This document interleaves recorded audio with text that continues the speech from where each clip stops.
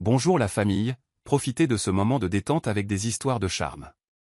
N'oubliez pas de vous abonner et de partager vos réflexions dans la section des commentaires. Appuyez aussi généreusement sur le bouton « J'aime » car cela compte énormément pour nous. Installez-vous confortablement, détendez-vous et profitez de cette nouvelle histoire. Aucune domestique n'avait survécu 7 jours dans ce manoir. Chacune d'entre elles était partie en larmes, ou avait été renvoyée par l'épouse glaciale du milliardaire. Mais lorsque Myriam franchit ses portes, elle ne se battait pas seulement pour un emploi, elle se battait pour la vie de sa mère. Installez-vous confortablement, détendez-vous et profitez de cette nouvelle histoire. L'air dans le petit appartement d'une pièce était lourd et immobile, le genre de silence qui s'installe lorsqu'un foyer a perdu tout espoir. Un unique ventilateur de plafond grinçait en tournant lentement, brassant l'air chaud sans apporter de soulagement. Le matelas dans le coin s'affaissait sous le poids de la mère de Myriam, qui gisait à plat, les yeux fixés sur le plafond fissuré, le visage blême de maladie. Les chaussures de Myriam ne firent aucun bruit lorsqu'elle entra, un papier plié dans sa main tremblante. Elle posa son sac usé sur la table, sa bandoulière effilochée par des années d'utilisation. Ses vêtements lui collaient à la peau à cause de la chaleur extérieure, et la poussière de la route s'accrochait encore à sa peau. Elle regarda de nouveau le papier. Les mots étaient courts mais ils frappaient fort, un avis d'expulsion. 3 jours. 3 jours pour partir où le propriétaire jetterait tout à la rue. Le réfrigérateur émettait un faible bourdonnement dans le coin, bien qu'il y eût peu à l'intérieur. Seule une bouteille d'eau à moitié vide et 2 petits oignons reposaient sur l'étagère. Myriam l'ouvrit, contempla le vide et le referma. Elle regarda sa mère dont la respiration était superficielle et lente. Un petit flacon de médicaments se trouvait sur le tabouret à côté de son lit. Il restait peu de pilules, pas plus de 4. La journée à l'extérieur était animée, mais ici, c'était calme. Trop calme. Le cœur de Myriam se serra en pensant à quel point elles étaient tombées bas. Il y a des années, sa mère était la femme la plus forte qu'elle connaissait, tenant une petite boutique de couture, son rire remplissant l'air. Mais la maladie lui avait volé sa force, et la vie avait volé leurs économies.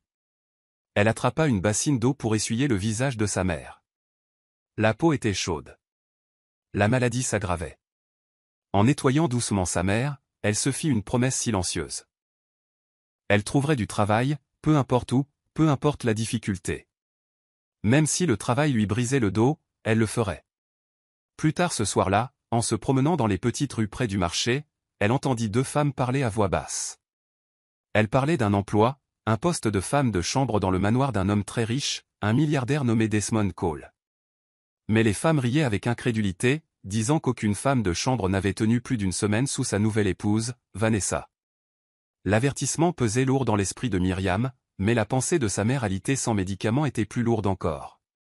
Elle retourna l'idée dans son cœur, sachant qu'elle n'avait pas le choix.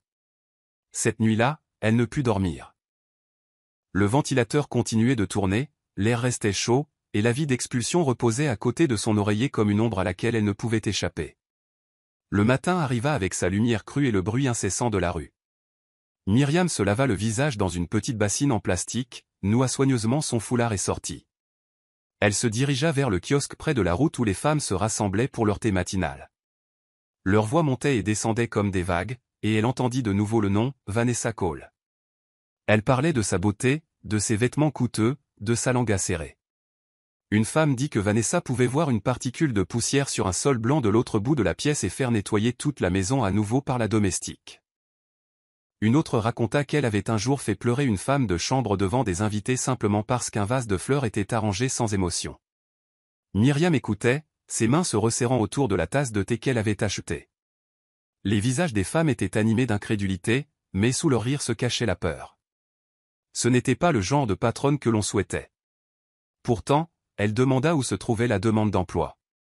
Elles la dévisagèrent comme si elle avait perdu la tête. L'une d'elles se pencha et lui dit qu'elle le regretterait. Myriam la remercia simplement et s'éloigna. Les portes du manoir étaient plus hautes que n'importe quel bâtiment de sa rue. 2 gardes de sécurité se tenaient à l'entrée, leurs visages durs comme de la pierre. Elle leur dit qu'elle était venue pour le poste de femme de chambre. Après un long regard silencieux, ils la laissèrent entrer. À l'intérieur, l'air était frais et sentait légèrement la lavande. Une grande femme en uniforme impeccable, la gouvernante en chef Madame Itaou, la conduisit dans un petit bureau. La voix de la femme était calme mais ferme alors qu'elle expliquait les règles. Tout dans la maison devait être parfait à tout moment. Les repas, les sols, les vitres, les fleurs. La perfection n'était pas une demande, c'était la loi. Madame Itaou la regarda longuement avant de reprendre la parole. Si elle tenait à sa tranquillité, elle devrait y réfléchir à 2 fois avant de travailler pour Madame Vanessa. Mais Myriam avait déjà pris sa décision. Elle signa le contrat. Cette nuit-là, elle s'allongea à côté de sa mère et se dit qu'elle pouvait tout endurer pour un salaire assez élevé pour acheter de la nourriture, des médicaments, et peut-être même payer le loyer à temps. Le manoir Cole se dressait comme un palais. De larges marches de marbre menaient à d'imposantes portes en bois poli, et des fenêtres en verre reflétaient le ciel éclatant. Une fontaine dansait au milieu de l'allée, son eau captant le soleil en éclats d'argent. À l'intérieur, des lustres pendaient comme des cascades de glace, chaque cristal captant la lumière. Les sols brillaient comme s'ils n'avaient jamais connu une seule empreinte de pas. Des fleurs fraîches se dressaient dans de hauts vases, leur parfum se mêlant à la légère odeur de cire au citron. Myriam se tenait au bord du grand hall d'entrée, sa petite valise à ses côtés, se sentant à la fois émerveillée et déplacée. Puis elle la vit. Vanessa Cole descendit l'escalier, sa robe de chambre en soie flottant autour d'elle, des diamants scintillant à son poignet. Sa beauté était du genre à couper le souffle, une peau parfaite, des cheveux parfaits, une posture parfaite. Mais ses yeux étaient vifs, froids, comme s'ils pouvaient fendre le verre. Son regard se posa sur Myriam, et dans ce regard, il y avait un avertissement. Elle dit que la dernière femme de chambre n'avait pas compris ses exigences. Elle ne voulait pas d'une autre déception. Myriam baissa légèrement la tête, ne disant rien, mais dans sa poitrine, son cœur battait fort. Un instant plus tard, Desmond Cole apparut d'un couloir latéral. Il était grand, vêtu d'une chemise impeccable, son sourire assez chaleureux pour faire fondre la glace dans l'air. Il l'accueillit brièvement, puis s'excusa pour une réunion. La différence entre sa chaleur et le gel de Vanessa était saisissante. Le reste de la journée se passa avec Madame Itaou lui montrant la cuisine, la buanderie, les chambres d'amis. L'endroit était immense et les règles strictes. Le soir venu, Myriam comprit pourquoi les gens disaient que personne ne tenait ici. Le lendemain matin, Vanessa l'appela dans le salon. Un plateau de thé en argent reposait sur la table en verre. Les tasses en porcelaine brillaient et de la vapeur s'échappait de la théière. Vanessa lui dit de verser le thé. Myriam garda la main stable, s'assurant qu'aucune goutte ne se renverse en remplissant la tasse. Vanessa la souleva, but une petite gorgée et la reposa. Sa voix était douce mais tranchante quand elle dit que le thé était froid. Myriam savait qu'il était chaud, elle avait senti la vapeur. Mais elle ne discuta pas. Elle s'excusa simplement, retourna à la cuisine et prépara une autre théière. Plus tard, la gouvernante en chef lui dit que Vanessa faisait ça exprès, pour voir si le personnel répondrait. Beaucoup échouaient à ce premier test. Myriam garda ses pensées pour elle, mais intérieurement, elle commença à comprendre, ce travail ne consistait pas seulement à nettoyer. Il s'agissait de survivre. Le 3e matin apporta un autre défi. Myriam époussetait le couloir quand elle vit des empreintes de pas boueuses sur le tapis crème. Elle posa son chiffon, alla chercher le kit de nettoyage et passa 1 heure à frotter jusqu'à ce que chaque marque ait disparu. Au moment où elle terminait, Vanessa passa en talons hauts, son parfum traînant comme un avertissement. Elle jeta un coup d'œil au tapis, puis désigna un endroit déjà propre. Elle dit qu'il était encore sale. Myriam ne protesta pas. Elle se remit à genoux et frotta jusqu'à ce que le tapis paraisse vierge de tout passage humain. Depuis l'escalier, Madame Itaou observait en silence, son expression illisible. En se relevant pour étirer son dos endolori, Myriam remarqua la plus faible lueur dans les yeux de Vanessa. Pas de la gentillesse, pas encore, mais peut-être le plus petit soupçon d'intérêt. Cette nuit-là, allongée dans sa petite chambre de service, Myriam repensa aux 3 derniers jours. D'autres s'étaient enfuis à présent. Elle, non. Et quelque part au fond d'elle, elle décida qu'elle ne le ferait pas. La lumière du matin se déversait à travers les hautes fenêtres de l'aile et du manoir, touchant les sols polis d'un or doux. Les pieds de Myriam lui faisaient mal après des heures de va-et-vient entre la buanderie et les suites d'invités. Elle portait un panier de serviettes fraîchement pliées, chacune parfaitement plissée, comme Madame Itaou le lui avait appris. Ses chaussures, les mêmes ballerines usées qu'elle possédait depuis 3 ans, avaient les semelles minces. Chaque pas pressait le marbre dur contre ses pieds, mais elle ne ralentissait jamais. En passant devant le bureau, Desmond Cole sortit, téléphone dans une main, clé de voiture dans l'autre. Son costume bleu marine impeccable était frais, son eau de Cologne un léger mélange de cèdre et de quelque chose de plus chaud. Ses yeux balayèrent la pièce, s'arrêtant sur ses chaussures. Il ne parla pas, mais son regard était pensif, comme s'il enregistrait l'observation. Il hocha la tête une fois en guise de salut et passa. Ce soir-là, en retournant dans sa petite chambre, une boîte brune était soigneusement posée sur son lit. Pas de cartes, pas de mots, mais à l'intérieur se trouvait une paire de baskets souples et robustes, du genre qui donne l'impression de marcher sur des nuages. Elle les toucha doucement, sentant la douceur du tissu neuf. Elle n'eut pas besoin de demander de qui elles provenaient. Desmond avait cette manière discrète de voir les choses sans l'annoncer. Mais la gentillesse avait du poids dans cette maison. Au dîner ce soir-là, Vanessa remarqua. Ses yeux vifs et attentifs repérèrent immédiatement les baskets. Ses lèvres se courbèrent en un très léger sourire narquois, mais sa voix portait une pique alors qu'elle parlait par-dessus le cliquetis des couverts, remarquant que certaines personnes semblaient devenir bien à l'aise. Myriam garda les yeux fixés sur son assiette, ne laissant pas les mots s'installer dans sa poitrine. Elle savait qu'il ne fallait pas montrer de satisfaction devant Vanessa. Dans cette maison, même la gratitude pouvait être transformée en arme. Le manoir bourdonnait de préparatifs dès le lever du soleil. Vanessa avait annoncé un dîner de haut vol pour la soirée, politiciens, magnats des affaires, célébrités. Tout devait être impeccable. Myriam fut chargée de mettre la table de la salle à manger. Les instructions étaient précises. L'argenterie polie jusqu'à ce qu'elle reflète comme des miroirs, les verres à vin placés à un angle précis, les serviettes pliées en éventail parfait. Elle travailla en silence, le son du cristal touchant le cristal remplissant la grande salle à manger. La nappe était d'un blanc de neige, les assiettes en porcelaine fine bordées d'or. Des roses importées d'un rouge profond se dressaient dans des vases bas, leur parfum emplissant l'air comme un secret. À l'arrivée des invités, leurs voix se mêlèrent au doux bourdonnement de la musique classique. Les rires s'élevaient par petites vagues. Myriam se déplaçait discrètement, remplissant les verres, débarrassant les assiettes sans perturber les conversations. Puis, sans crier gare, Vanessa attrapa son vin, l'inclina légèrement et laissa le liquide rouge se répandre sur la nappe blanche. La tache s'épanouit comme une blessure. Sa voix se fit entendre clairement alors qu'elle faisait remarquer à Desmond que la femme de chambre était négligente. Les conversations s'interrompirent. Plusieurs invités se tournèrent pour regarder. Le visage de Myriam s'échauffa, mais sa main resta stable. Elle s'avança, retira la nappe tachée sans se presser et la remplaça par une nappe fraîche. Ses yeux ne rencontrèrent jamais ceux de Vanessa. La soirée se poursuivit, mais quelque chose avait changé. Myriam le sentit dans la façon dont quelques invités la regardaient avec une approbation silencieuse. Le regard de Desmond aussi était différent, plus vif, plus curieux. Elle comprenait maintenant le jeu tacite. Les tests de Vanessa n'étaient pas seulement pour elle. C'étaient aussi des performances pour un public. Le lendemain matin, le manoir semblait inhabituellement calme. Les invités étaient partis, la salle à manger était vide, l'air ne retenant que le faible parfum des roses de la veille.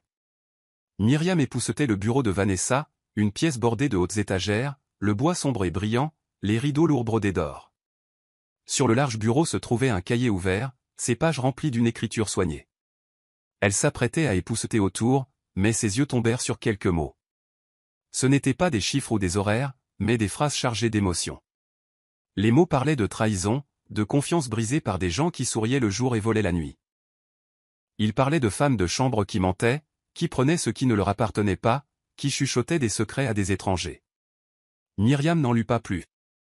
Elle referma doucement le livre, le replaçant exactement comme il était. Ce petit aperçu lui resta en mémoire toute la journée. Elle commença à voir Vanessa non seulement comme une femme de glace, mais comme quelqu'un qui avait bâti cette glace après avoir été brûlée. Quand elle apporta le thé à Vanessa cet après-midi-là, elle ajusta son attitude, plus silencieuse, plus précise, anticipant les besoins avant qu'ils ne soient exprimés. Vanessa parlait toujours sèchement, mais il y avait maintenant une pause, une lueur dans ses yeux, comme si elle avait remarqué un changement dans l'air. 2 jours plus tard, la lumière du matin se déversait à travers les portes vitrées de la cuisine, touchant les comptoirs d'argent. Sur un comptoir, brillant sous le soleil, se trouvait un collier de diamants. Myriam le vit en portant un panier de fruits au garde-manger. Il était trop parfaitement placé, trop exposé. Elle remarqua la petite caméra, presque invisible, nichée dans le coin du plafond. Elle se déplaça autour du collier comme s'il n'était pas là, ses mains ne s'en approchant jamais. Quand elle eut terminé ses tâches, elle le ramassa avec le même soin qu'on accorderait à une tasse de thé fragile et se dirigea vers le salon où Vanessa était assise, faisant défiler son téléphone. Elle plaça le collier dans la paume de Vanessa. La femme leva lentement les yeux, son regard la jaugeant. Elle demanda si Myriam n'avait pas été tentée de l'essayer. La voix de Myriam était stable lorsqu'elle répondit qu'il lui appartenait, et que son travail était de le garder en sécurité. Le regard de Vanessa la fixa un long moment avant qu'elle n'acquiesce. Aucun compliment ne vint, mais aucune insulte ne suivit non plus, et dans cette maison, le silence pouvait être plus précieux que les louanges. Les quartiers des domestiques étaient plus petits, plus anciens et nichés à l'arrière de la propriété. C'est là que Myriam entendait souvent le bourdonnement des conversations discrètes entre le personnel. Ce soir-là, en pliant le linge, elle entendit son nom. Deux jeunes femmes de chambre chuchotaient sur la façon dont elle semblait se rapprocher de Madame Vanessa, sur le fait qu'elle devrait faire attention avant que quelqu'un ne l'accuse de plus que ce qu'elle faisait. Un jardinier qui passait marmonna qu'il en avait vu d'autres renvoyés pour moins que ça. Le cuisinier secoua la tête et prévint que dans une maison comme celle-ci, un faux pas pouvait se transformer en une chute que personne n'arrêterait. Myriam garda les yeux fixés sur la chemise qu'elle pliait. Les mots glissaient autour d'elle comme de la fumée, dangereux si on les inhalait. Elle avait appris à ne pas nourrir les commérages, ils se renforçaient lorsqu'on les remarquait. Pourtant, elle pouvait sentir la tension dans l'air, comme si le manoir lui-même était divisé en camps silencieux. Chaque geste, chaque regard pouvait être interprété comme une loyauté envers un côté ou l'autre. Et elle savait maintenant que survivre ici signifiait plus que de plaire à Vanessa. Cela signifiait marcher sur une ligne si fine que même l'air semblait tranchant. La maison était silencieuse. Trop silencieuse. C'était le genre de silence qui faisait paraître le tic-tac de la grande horloge dans le couloir plus fort qu'il ne le devrait. Myriam était allongée dans son petit lit, fixant le plafond, son corps lourd de la journée de travail. Ses paupières commençaient tout juste à se fermer quand elle entendit frapper. C'était sec et rapide, pas le genre de coup qui attend une réponse. Avant qu'elle ne puisse se lever, la porte s'ouvrit et Madame Itaou se tenait là, son visage illisible. Elle dit à Myriam que Madame Vanessa la voulait, maintenant. Les lumières du couloir étaient tamisées, projetant de longues ombres sur le marbre. Les pieds nus de Myriam tapotaient doucement le sol alors qu'elle suivait Madame Itaou en haut des escaliers. En haut, les doubles portes de la chambre de Vanessa étaient à moitié ouvertes. À l'intérieur, une lueur dorée et chaude d'une lampe révélait la maîtresse de maison assise sur une chaise longue crème, un verre de vin à la main. À côté d'elle, une valise de voyage en argent était ouverte, vide. Sans lever les yeux, Vanessa dit à Myriam de faire ses bagages. 2 heures. Myriam se déplaça rapidement, sortant des vêtements du dressing. Des robes en soie au ton de pierres précieuses, des talons assortis, des sacs à main encore dans leur housse. Chaque article avait sa place et chacun était placé dans la valise avec autant de soin que s'il s'agissait de verres. Quand la dernière robe fut pliée, Vanessa se leva et se dirigea vers la porte. Elle ne dit pas où elles allaient. Elle ne demanda pas si Myriam était prête. Elle marcha simplement, et Myriam suivit. Le SUV noir attendait déjà dehors, ses phares fendant l'obscurité. Le chauffeur ouvrit la portière arrière et elles se glissèrent toutes les deux à l'intérieur. Le siège en cuir était froid contre la peau de Myriam. Le regard de Vanessa resta fixé sur la vitre teintée alors que la voiture s'éloignait des portes du manoir. Les rues à l'extérieur devinrent plus calmes à mesure qu'elle quittait la route principale. Myriam remarqua que les lampadaires se raréfiaient, l'air s'épaississait de l'odeur de la mer. La voiture s'arrêta enfin devant un bâtiment aux hautes portes vitrées et à l'enseigne lumineuse. Un hôpital privé. À l'intérieur, les couloirs sentaient légèrement l'antiseptique. Des infirmières en uniforme pâle se déplaçaient rapidement, leurs chaussures grinçant doucement sur les sols polis. Vanessa marchait en avant, le bruit de ses talons secs dans le couloir silencieux. Myriam suivit jusqu'à ce qu'elles atteignent une chambre faiblement éclairée au bout. À l'intérieur, un homme plus âgé était allongé dans un lit, un tube d'oxygène dans le nez, sa peau pâle sous les draps blancs de l'hôpital. Sa respiration était lente, sa poitrine se soulevant et s'abaissant avec effort. Myriam s'arrêta à la porte, réalisant que ce n'était pas une visite de courtoisie. Vanessa s'approcha du chevet et prit la main de l'homme, son visage plus doux que Myriam ne l'avait jamais vu. Elle resta là longtemps, parlant d'une voix trop basse pour être entendue. Myriam resta dans le coin, silencieuse et immobile, sachant que c'était une partie du monde de Vanessa que peu de gens étaient autorisés à voir. Le lendemain matin de leur retour de l'hôpital, le manoir semblait plus lourd. Vanessa était plus silencieuse, se déplaçant dans la maison avec un air de distraction. Mais à la mi-journée, sa vivacité revint. Myriam nettoyait le couloir devant la bibliothèque lorsqu'elle entendit le bruit. Un grand fracas suivi d'un hoquet aigu. Elle se retourna pour voir un vase en porcelaine, blanc avec de délicats motifs bleus, gisant en morceaux sur le sol.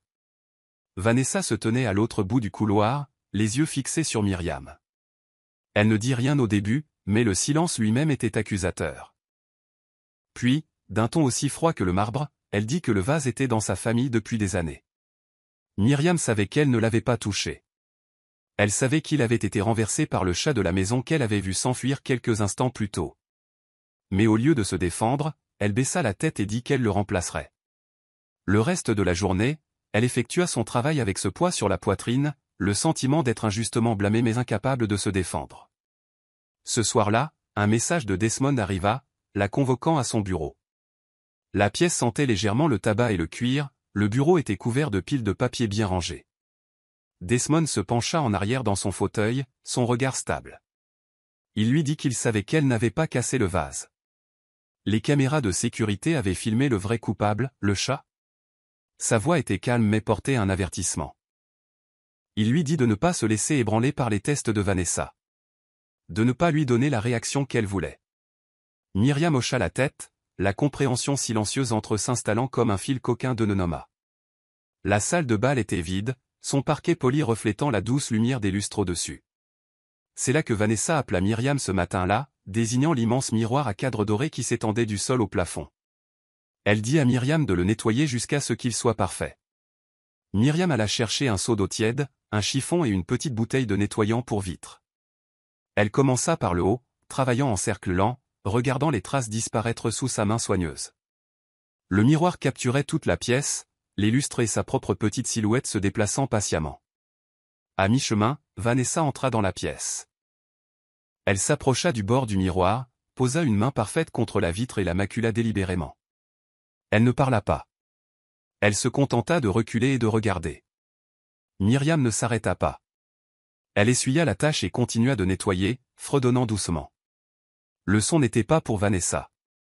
C'était pour elle-même, un moyen de stabiliser ses mains et de garder son esprit calme. Quand elle eut terminé, le miroir était si clair qu'il semblait être une autre porte. Vanessa le regarda un long moment, son visage illisible. Puis elle se retourna et partit sans un mot. Mais dans le reflet, Myriam avait surpris quelque chose d'inattendu. La plus légère courbe au coin des lèvres de Vanessa. Pas tout à fait un sourire, mais pas le masque froid auquel elle était habituée. La journée du gala de charité commença par une tempête d'activité. Des fleuristes remplirent la salle de bal d'arrangements imposants de lys blancs et d'orchidées. Des serveurs répétèrent la séquence de service du champagne. Des musiciens accordèrent leurs instruments, les notes flottant dans l'air comme de la soie. Le rôle de Myriam était d'assister discrètement, en s'assurant qu'aucun détail n'était négligé. Les tables brillaient de verre en cristal et de porcelaine fine. Des bougies étaient prêtes à être allumées à l'approche du crépuscule. Lorsque les invités commencèrent à arriver, la pièce scintilla de diamants, de robes de soie et de costumes sombres sur mesure. Les rires s'élevèrent en vagues élégantes, et la musique coulait comme de l'eau en arrière-plan. Vanessa se déplaçait parmi les invités avec une grâce parfaite, sa robe d'un vert émeraude profond qui captait la lumière à chaque pas. Myriam restait sur les bords, remplissant les verres et débarrassant les assiettes vides sans attirer l'attention. Mais c'est alors que cela se produisit.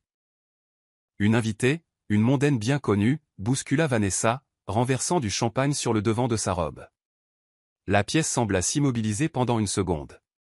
Tous les regards se tournèrent pour voir ce qu'elle allait faire. Son visage se crispa, la plus légère lueur de colère dans ses yeux. Myriam s'avança sans hésitation, une serviette en lin propre à la main. Elle commença à tamponner doucement la tache, ses mouvements précis, son expression calme. Elle se pencha près d'elle et murmura quelque chose de doux. Un simple commentaire destiné à alléger le moment. À la surprise de Myriam, les lèvres de Vanessa se courbèrent vers le haut, la tension dans ses épaules se relâchant. Une vague de murmures parcourut les invités.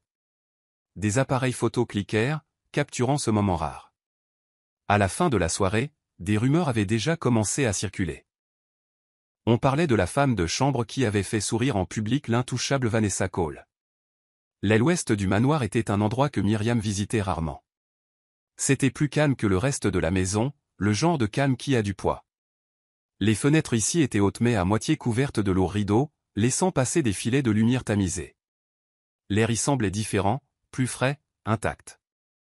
En époussetant près du bout du couloir un après-midi, Myriam remarqua une porte différente des autres. Elle était plus lourde, peinte dans une nuance plus foncée d'acajou, et la poignée en laiton était polie mais usée, comme si elle avait été tournée de nombreuses fois il y a longtemps. Une petite serrure brillait près du bord. La voix de Madame Itaoui flotta derrière elle, calme mais ferme. Elle dit à Myriam de laisser cette pièce tranquille. Elle ne faisait pas partie de son itinéraire de nettoyage. L'avertissement était bref, mais le regard dans les yeux de la femme plus âgée le rendait clair. Ce n'était pas une suggestion. Quelques jours plus tard, Vanessa l'appela après le petit déjeuner. Elle se tenait dans le couloir de l'aile ouest, une petite clé en or reposant dans sa main. Sans expliquer, elle dit à Myriam de nettoyer la pièce fermée à clé. Lorsque la clé tourna, la porte s'ouvrit avec un faible gémissement. À l'intérieur se trouvait une salle de musique, mais une que le temps avait enveloppée de poussière. Un piano à queue se dressait au centre, sa surface noire brillante ternie par une fine couche de gris. Contre le mur du fond, des photographies encadrées bordaient une étagère. Une Vanessa beaucoup plus jeune assise à ce même piano, ses doigts en suspens au-dessus des touches, son visage sans défense et souriant. Myriam sentit quelque chose bouger en elle. Ce n'était pas la Vanessa qu'elle connaissait maintenant. Elle se déplaça silencieusement dans la pièce, son chiffon effleurant le piano, ses mains douces sur les cadres. Elle nettoya jusqu'à ce que la pièce semble plus légère. Avant de refermer la porte à clé, elle plaça un petit vase de fleurs fraîches sur le piano, une offrande silencieuse. Ce soir-là, en croisant Vanessa dans le couloir, le regard de la maîtresse de maison s'attarda sur elle un moment de plus que d'habitude. Aucun mot ne fut échangé, mais quelque chose avait été tacitement reconnu. Cela a commencé par une seule photo. Une image floue dans une colonne de potins en ligne, Myriam debout un peu trop près de Desmond lors d'un événement public, tenant son verre pendant qu'il parlait avec un invité. Le titre était acerbe, conçu pour mordre. La femme de chambre du milliardaire, ami ou rival? L'après-midi, le personnel bourdonnait. Dans la cuisine, le cuisinier marmonnait que rien de bon ne sortait jamais du fait d'être remarqué de cette manière. Dans la buanderie, les jeunes femmes de chambre chuchotaient par paires, leurs yeux passant de Myriam à ailleurs. Quand Vanessa l'appela dans le salon, Myriam sut ce qui allait arriver. Le journal était ouvert sur la table, la photo fixant entre des tasses de thé intactes. Les doigts de Vanessa reposaient légèrement sur la page, mais ses yeux étaient fixés sur Myriam, froid et calculateur. Elle dit que la trahison était une histoire familière dans sa vie et qu'elle pouvait la sentir avant même qu'elle n'atteigne sa porte. La poitrine de Myriam se serra, mais elle garda sa voix basse et stable, disant à Vanessa qu'elle travaillait pour elle, pas pour la presse. Il n'y eut aucun changement visible dans l'expression de Vanessa, mais elle ne parla plus. Elle ferma le journal, le mit de côté et congédia Myriam d'un lent geste de la main. Dans cette maison, le silence pouvait signifier plus que n'importe quelle menace. La nuit était profonde, le manoir sombre à l'exception de la faible lueur des lumières de sécurité. Myriam était dans sa petite chambre en train de plier son uniforme pour le matin, quand elle entendit un bruit lourd et soudain provenant de l'étage supérieur. C'était le bruit de quelque chose, ou de quelqu'un, qui tombait au sol. Elle se précipita en haut des escaliers, ses pieds nus silencieux sur le tapis. Au bout du couloir, près de la chambre principale, Vanessa gisait sur le sol, son corps affaissé, une main agrippant le bord d'une table d'appoint. Son visage était pâle, sa respiration rapide. Myriam tomba à genoux à côté d'elle, la soulevant doucement et l'aidant à s'asseoir. Elle pouvait sentir la légère amertume du vin, mais aussi l'odeur plus âcre de l'épuisement, celui qui s'infiltre dans la peau. Elle la porta à moitié jusqu'au lit, arrangeant les oreillers pour que Vanessa puisse s'y reposer. Myriam apporta de l'eau, un linge humide et une couverture légère. Elle resta au chevet du lit, s'assurant que Vanessa buvait lentement et reprenait son souffle. Les heures passèrent.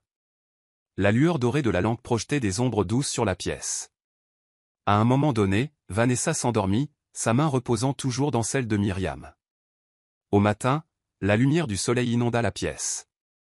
Les yeux de Vanessa s'ouvrirent pour voir Myriam toujours là, assise sur la même chaise, la tête légèrement inclinée au repos.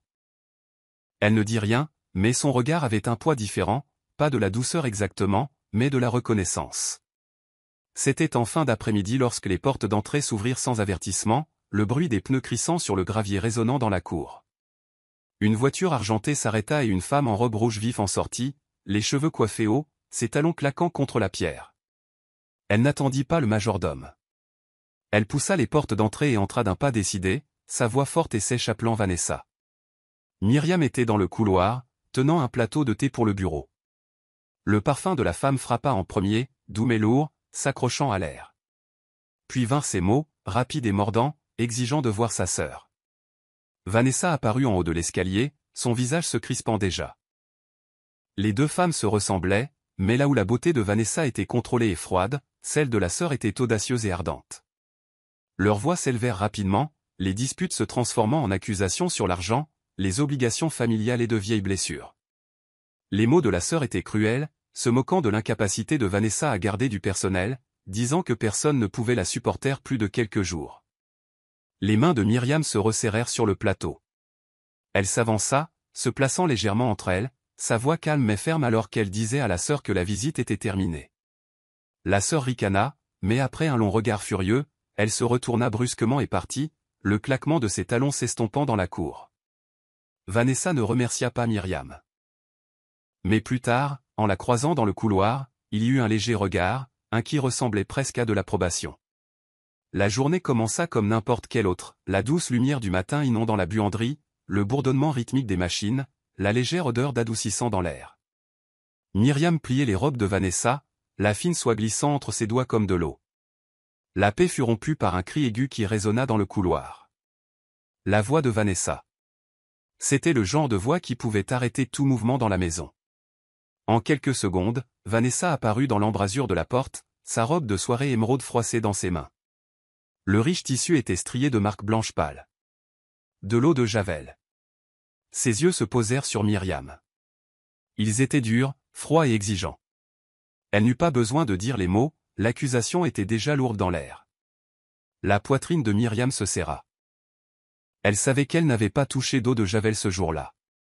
Elle avait été prudente, séparant les couleurs des blancs, vérifiant chaque charge avant de la mettre en machine.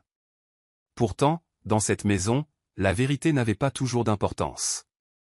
Elle sentit tous les yeux sur elle alors que les autres membres du personnel se rassemblaient en arrière-plan, curieux mais silencieux. L'air semblait s'épaissir, le bruit de la machine à laver soudain trop fort. Myriam ne se précipita pas pour parler. Au lieu de cela, elle releva légèrement le menton et demanda à voir les images de surveillance de la buanderie. Sa voix était stable, non pas provocante, mais sûre. Quelques minutes plus tard, dans le petit bureau de la sécurité, la vérité se déroula sur l'écran granuleux. Un membre du personnel plus jeune, une femme de chambre qui avait souvent lancé des regards furieux à Myriam, versa un mince filet d'eau de Javel dans l'évier de la buanderie avant de s'éloigner rapidement. Les yeux de Vanessa suivirent l'écran, sa mâchoire se crispant. Quand la vidéo se termina, elle se tourna vers Myriam. Il n'y eut pas d'excuse, mais sa voix avait perdu son mordant. Elle dit simplement à Myriam de continuer son travail. C'était une petite victoire, mais dans une maison comme celle-ci, les petites victoires comptaient. 2 semaines plus tard, Vanessa annonça une vente aux enchères caritatives à Paris. Ce n'était pas inhabituel pour elle, elle était connue pour ses voyages soudains. Mais cette fois, elle insista pour que Myriam l'accompagne. Les jours précédant le départ furent remplis de tests discrets. Vanessa apporta des changements de dernière minute à la liste de bagages, demandant des robes spécifiques et des accessoires assortis sans préavis. Elle demandait certains documents, les horaires des enchères, les listes d'invités, à des heures indues, vérifiant la rapidité avec laquelle Myriam pouvait les récupérer. Myriam releva chaque défi sans se plaindre. Ses mouvements étaient précis, son expression calme même quand son cœur s'emballait. Le jour du voyage, elles quittèrent le manoir avant l'aube. Le SUV noir glissa à travers les rues vides vers l'aéroport privé. À l'intérieur du jet, l'air était frais et légèrement parfumé. Myriam déballa un petit plateau des collations préférées de Vanessa, les arrangeant soigneusement avant que les moteurs ne rugissent. Paris était froid, le vent mordant sur la peau. L'hôtel était un lieu de luxe discret, sol en marbre, murs garnis d'or et lustres qui brillaient comme des soleils captifs. Myriam travailla en silence, déballant les robes de Vanessa et s'assurant que chacune était parfaitement suspendue, repassée à la vapeur et prête. La nuit de la vente aux enchères fut une tempête de glamour. Les invités se déplaçaient dans la salle de bal comme des vagues, les rires se mêlant au léger cliquetis des verres de champagne. Vanessa flottait parmi eux dans une robe d'argent et de bleu glacier, ses diamants captant chaque scintillement de lumière. Myriam resta en arrière-plan, anticipant chaque mouvement. Un verre frais avant que le verre ne soit vide, un rappel chuchoté du nom d'un invité, une main discrète pour prendre son châle quand elle avait chaud. À la fin de la soirée, le regard de Vanessa s'attarda sur elle plus longtemps que d'habitude. Ce n'était pas un sourire, pas encore, mais il y avait quelque chose dans ses yeux qui n'y était pas auparavant. Une lueur de respect. L'hiver s'installa lourdement sur le manoir à leur retour. L'air extérieur mordait la peau et, à l'intérieur, l'odeur du bois brûlant des cheminées emplissait les couloirs. C'est un de ces matins froids que Myriam remarqua le changement. Les pas de Vanessa étaient plus lents, ses épaules tendues comme si elles étaient alourdies. Au petit déjeuner, elle toucha à peine son thé. À la mi-journée, sa peau avait pris une légère pâleur et sa voix portait le râle d'une maladie imminente. Quand elle se retira finalement dans sa chambre, Myriam la suivit avec un plateau, un thé infusé de gingembre, de miel et de citron, le genre que sa mère préparait pendant la saison froide. Elle le posa sur la table de chevet, ajustant les rideaux pour que la lumière tombe doucement dans la pièce. Vanessa reposait contre les oreillers, les cheveux tirés en arrière, son visage dépourvu de son vernis habituel. Il n'y avait pas de robe de soie aujourd'hui, seulement une robe de chambre douce. Myriam travailla en silence, plaçant un linge frais sur son front, s'assurant que son verre d'eau était à portée de main. Elle vérifia la chaleur de la pièce, ajouta une couverture et s'assura que le feu brûlait uniformément. Les heures passèrent dans un silence quasi total. Dehors, le vent secouait les fenêtres, mais à l'intérieur, les seuls bruits étaient le léger crépitement du feu et le rythme lent de la respiration de Vanessa. À un moment donné, les yeux de Vanessa s'ouvrirent, étudiant le visage de Myriam. Un instant, elle sembla sur le point de parler. Mais au lieu de cela, elle referma les yeux et laissa sa main reposer légèrement sur la couverture, comme pour dire qu'elle était contente que Myriam reste. Pour Myriam, c'était la chose la plus proche de la confiance qu'elle avait reçue jusqu'à présent. La salle de bal sentait légèrement les roses et le parfum. Une lumière dorée se déversait des lustres au-dessus, se reflétant dans les verres en cristal et se dispersant sur le sol poli. Vanessa se déplaçait à travers la foule comme une reine au milieu de sa cour, posée, intouchable, sa robe d'un profond saphir qui chatoyait à chaque pas. Myriam se tenait sur le côté, les yeux balayant la pièce comme elle le faisait toujours.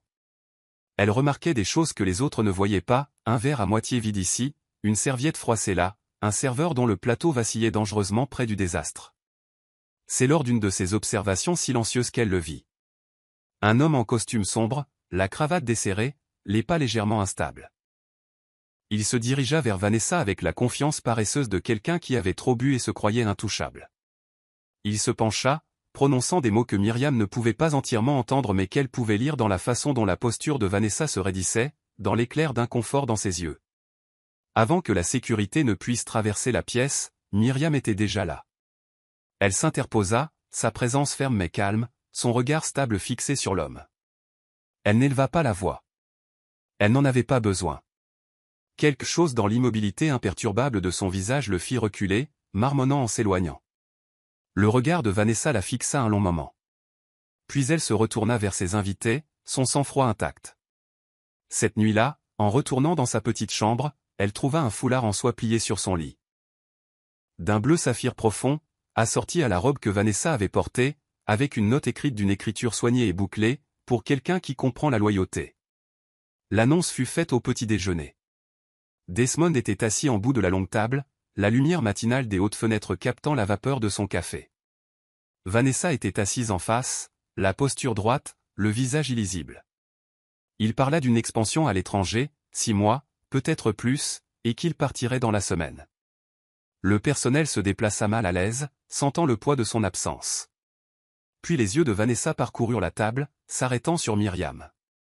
Sa voix était stable lorsqu'elle annonça que Myriam superviserait la maisonnée en l'absence de Desmond. L'air dans la pièce sembla s'immobiliser un instant. Les autres membres du personnel échangèrent des regards, certains surpris, d'autres méfiants. Jamais une femme de chambre n'avait reçu une telle responsabilité ici. Myriam garda son expression calme, mais intérieurement, le moment était lourd. Ce n'était pas seulement une promotion, c'était une déclaration. Dans une maison où la plupart avaient été testés et écartés, elle avait été choisie pour rester. À partir de ce jour, ses tâches s'élargirent, gestion des plannings, approbation des achats, même représentation de Vanessa dans certaines affaires. Le travail était plus lourd, mais la confiance qu'il représentait valait son pesant d'or. Les semaines se transformèrent en mois. Le manoir fonctionnait comme une horloge sous la surveillance de Myriam. Les fleurs étaient toujours fraîches, les sols brillaient, les événements se déroulaient sans accroc. Même le personnel qui avait autrefois chuchoté dans les coins se tournait maintenant vers elle pour obtenir des conseils. La vivacité de Vanessa s'adoucit de manière petite, presque imperceptible.